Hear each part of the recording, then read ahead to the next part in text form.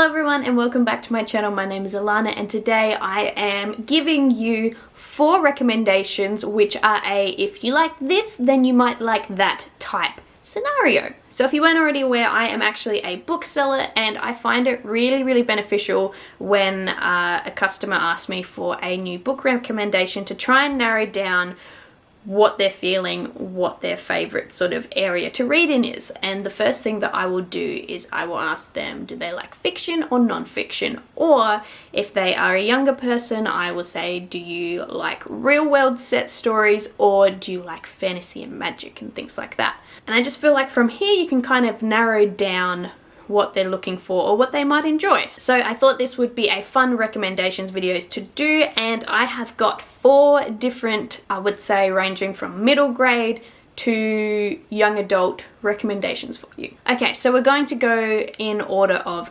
age and work our way up. You would also expect me to be a lot better at quickly pitching books and telling you what a book is about, but alas, I am still earwax at it. So book number 1, if you have enjoyed Nevermoor by Jessica Townsend, I highly encourage you to check out Amari and the Night Brothers by B.B. Alston. So the way that these 2 books are similar are that they both follow a young girl as she discovers a magical side of the world or universe that they reside in. So it's very much that first look, first experience as your main protagonist is experiencing it. We get taken along for the ride and learn things about the new world as they do. And both of these have such great storylines and plot lines, and I'm excited to see where this series goes. I'm also excited to catch up on this series as well. So just quickly, if you haven't heard of Nevermoor, this one follows a young girl called Morgan Crow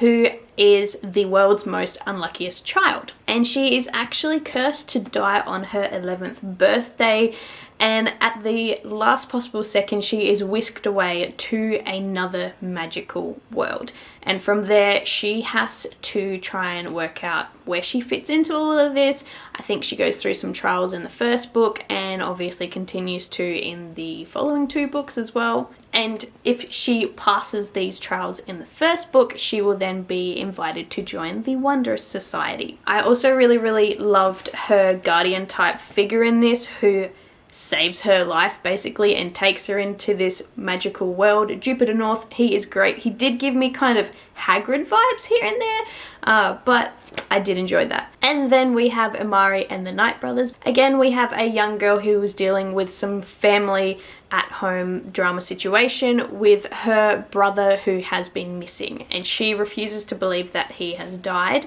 And essentially what happens one day is she gets a magical note that tells her to go look in a cupboard, and when she does there is a magical briefcase, suitcase thing. And from there she learns that there is this whole secret society and that her brother was involved in this secret society and that there could still potentially maybe be hope. So again, it is a school type setting scenario where she has to learn her own magic and how she fits in.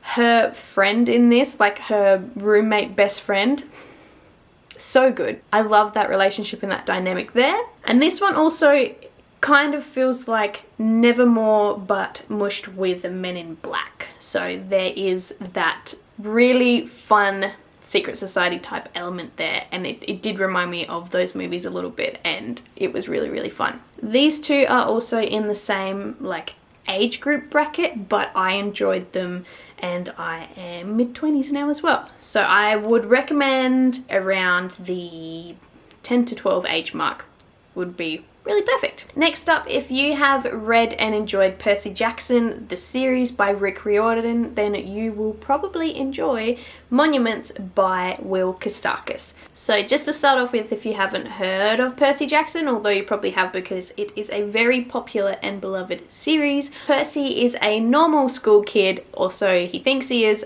until one day it's revealed that he is actually part god, and he is the son of Poseidon. From there, Percy decides to take a place at Camp Half-Blood with the other kids that are like him who have one human parent and one godparent. Godparent parent that is a god, and they learn all about their powers, and they have different trials throughout the books and a whole bunch of action. So originally I would say Percy Jackson starts at age 12 and slowly ages up as the books continue. Alternatively, Monuments by Wilka Starkis is an Australian set urban fantasy. It starts off a little older than Percy Jackson starts off at. So in this one we follow 16-year-old Connor, so he is an older protagonist than Percy, but the writing is very easy to read, and it just, for me, it felt on the cusp of middle grade to young adult fantasy. So Monuments kind of kicks off when Connor is going through a bit of a friendship breakup, and then he is pulled into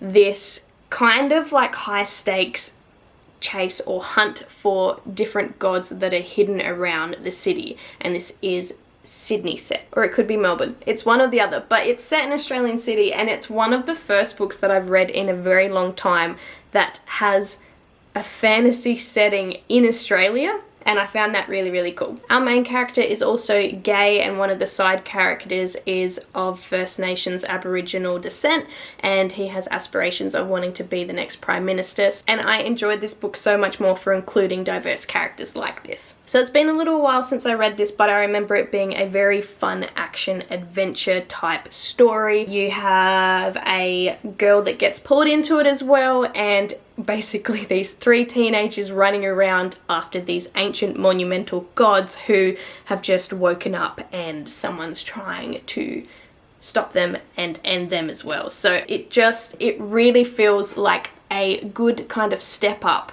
for if you've read this. It's also a nice age up as well. Also, Wilka Starkis is just a brilliant human being, and if you don't already follow him on social media, you should. He does a lot for the writing community and is just so good and so wholesome. The next one that I have is, if you have enjoyed The Cruel Prince by Holly Black, then I am sure that you are going to love These Hollow Vows by Lexi Ryan. So The Cruel Prince is a fairy human bargain type mashup. So essentially you have a young human girl who, along with her sister, is kidnapped and taken to the Fey world and is brought up there instead.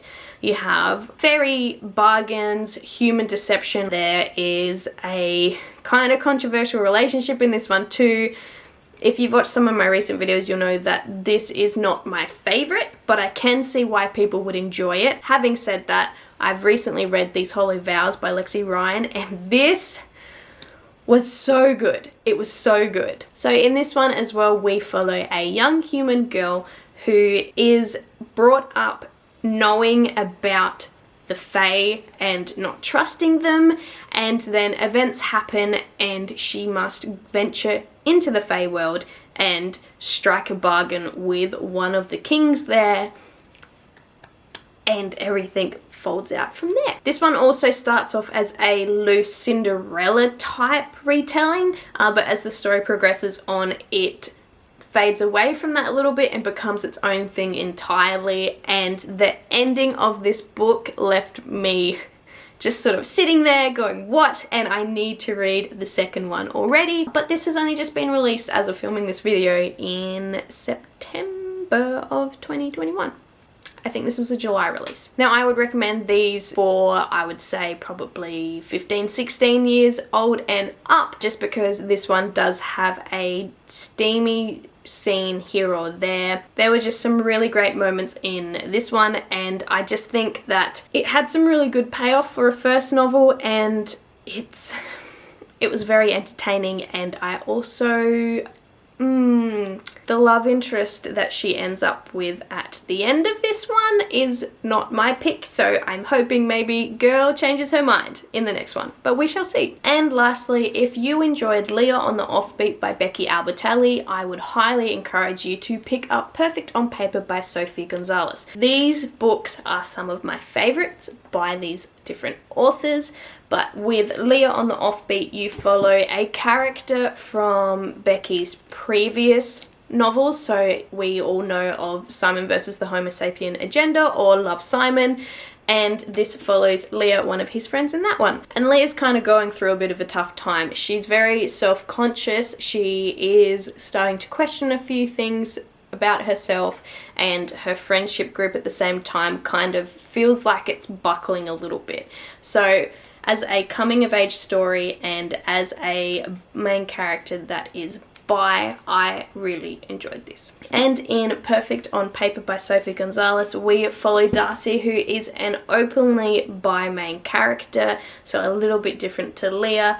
But she runs this advice locker, and people can submit their love relationship questions to this anonymous locker that she runs, and Darcy will answer them. Things kind of go a little bit haywire when someone catches her opening the locker, and the guy that catches her is Alexandra, who is the resident swim team godlike student. He then makes a deal with her that if she helps him get his ex-girlfriend back, that he won't reveal that she is behind locker 89. So I loved both of these just because of how heartfelt they were and the conversations that they brought up and delved into, and I just feel like if you've read this and you love this, definitely check out this one. Also, if it wasn't already clear, these are YA contemporary. There is no fantastical element in them. I thought I should chuck a pairing in this video somewhere that wasn't entirely fantasy based. There you go. So there you have it. Those are my first 4. If you have liked this, then you will like that recommendations, and let me know down below in the comments if any of these spiked your interest or if any of the books that I talked about today are your favorites. So that's going to be all from me today. I hope that you are doing okay out there, and I will see you in the next one. Bye!